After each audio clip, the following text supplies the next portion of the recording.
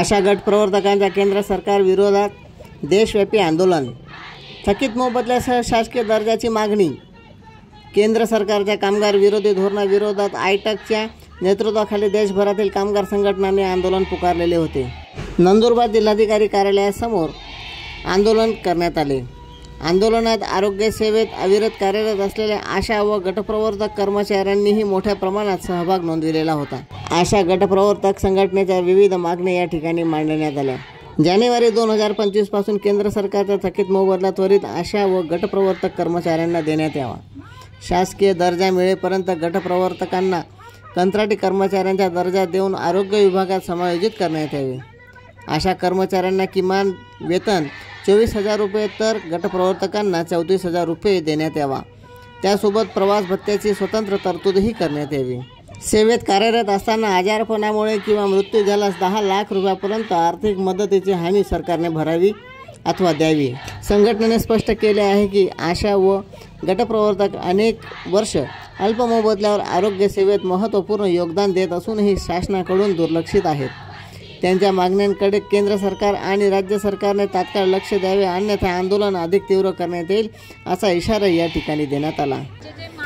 3G news 24 Chandrakant Chavan, अक्कलकुवा। डिसेंबर जानेवारी या महिन्यापासून स्थगित आहे, म्हणून आम्ही आज हे आंदोलनाचा शासनाला इशारा दिलेला आहे। कारण जर आमचं मागण्या होते की 9 तारखेपर्यंत केंद्राने जर आमचे मानधन आमच्या खात्यावर वर्ग केले नाही तर आम्ही आंदोलनाचा इशारा दिलेला होता आणि त्या पद्धतीने आम्ही आज आंदोलनाचे नियोजन केलेलं आहे।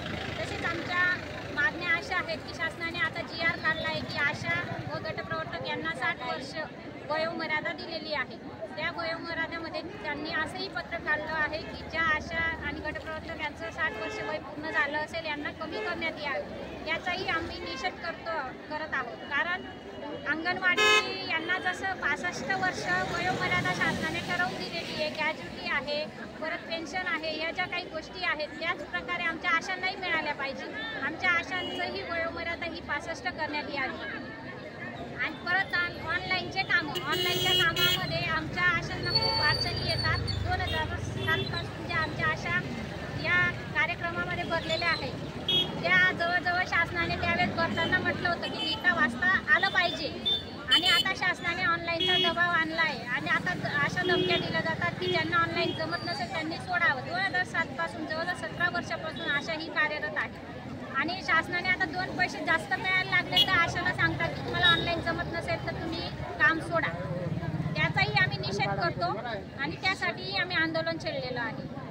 परत आमच्या बऱ्याचशा मागण्या अशा आहेत काही की इतर जो मोबदला आहे राज्य आणि केंद्र यांचा मोबदला आम्हाला दरमहा वेगवेगळ्या पद्धतीने न मिळता एकत्र मिळावा आणि इतर जिल्ह्यांमध्ये जननी सुरक्षा जो कार्यक्रम आहे प्रसूतीसाठी मातेला घेऊन जाणं त्याच्यात JSY BPL आणि APL हा 2 प्रकारचा फरक आहे। त्याची आमची मागणी आहे की APL BPL शासनाने अट कुठलीही धरू नये, सरसकट हा लाभ सर्वांना मिळावा, लाभार्थी असो की आशा असो, अशा आमच्या प्रमुख मागण्या आहेत।